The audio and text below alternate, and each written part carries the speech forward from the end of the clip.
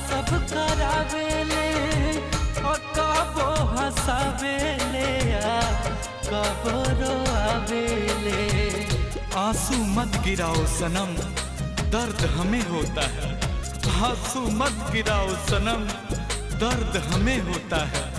मन तो समझ जाता है लेकिन दिल बहुत रोता है।